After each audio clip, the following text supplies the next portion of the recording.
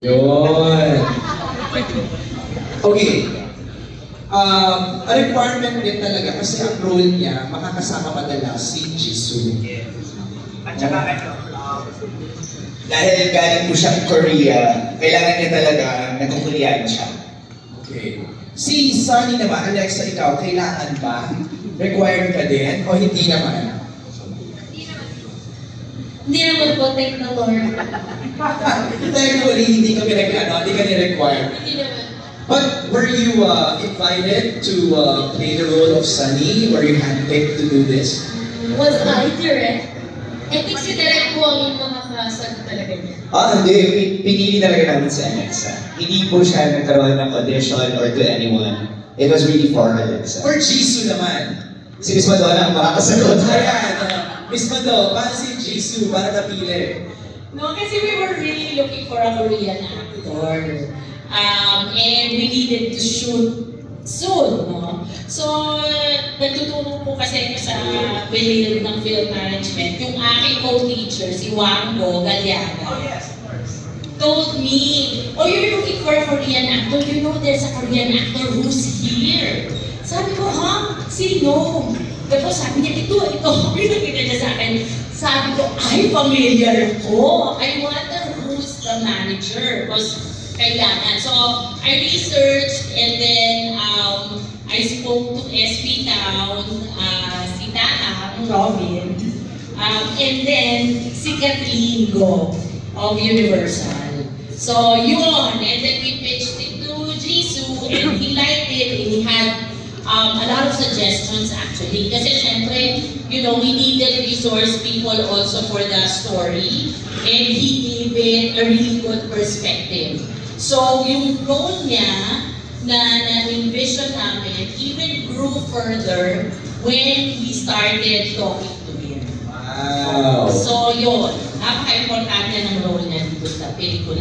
What's Jisoo's reaction when he got the offer to portray Jisung?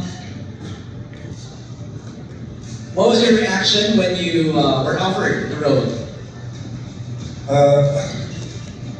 It was really honored to film here. I mean, actually, in these days, it's hard to do film. You know, it's hard to find the film, and especially this genre, like family drama. You know, when you go to cinema, there's always like comedy, like action, but it's hard to watch the family drama. So I thought it's like a very unique movie, and also it's like the story of like with Korean guy, and I also watched it about documentary about Kopino. So I was actually it was kind of negative way. So I want to show them it could be a positive way, even it's like Korean Filipino. So I want to show that as Korean like good way. Right. So I'm trying to do my best here. Did you have to learn Filipino? Yeah, I learned just few words. Okay. Like in the movie, like Masanoko, Okay. and like I don't know, just few words. Like, Oh, were you lucky that the little kid, the child actress, knows how to speak Korean? yeah, she is genius. She learned really fast. So Can we hear you talk in Korean right now? 안녕하세요.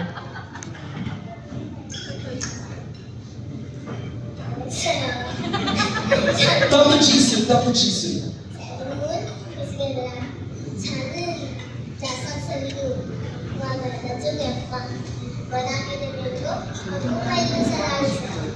Yeah, I mean, you know, she's intonation is really like Korean accent. Wow.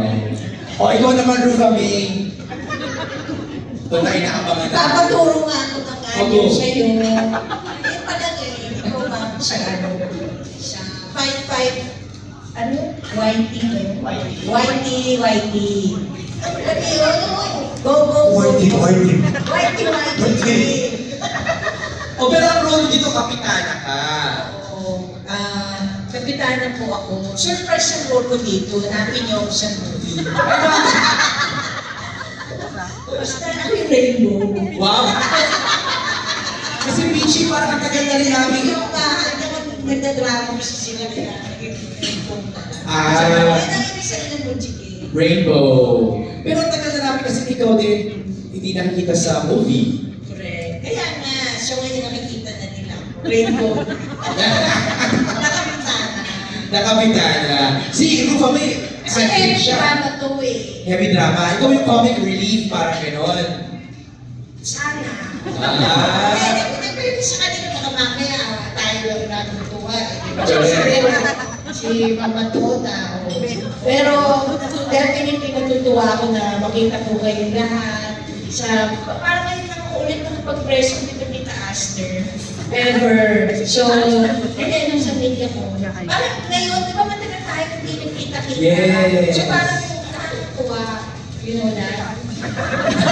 It's very hard, the Philippines, with my hands. Ako sa Gusto mo mabot na itong ano, sagot ni Hindi Rufa. namin role kasi ako dito, kaya sinasabi ko nga yan. Na maganda yung role, pero minsan lang ako pagkakalas. Wow!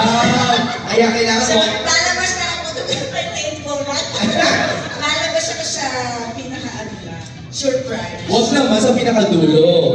Okay. Nasa dulo ba? Hindi naman. Simulan- First and last. Simulan na natin yung Q&A, Rufa May. Baka kung saan pa tayo mapunta. May mga questions tayo dito na sinabit na ng ating mga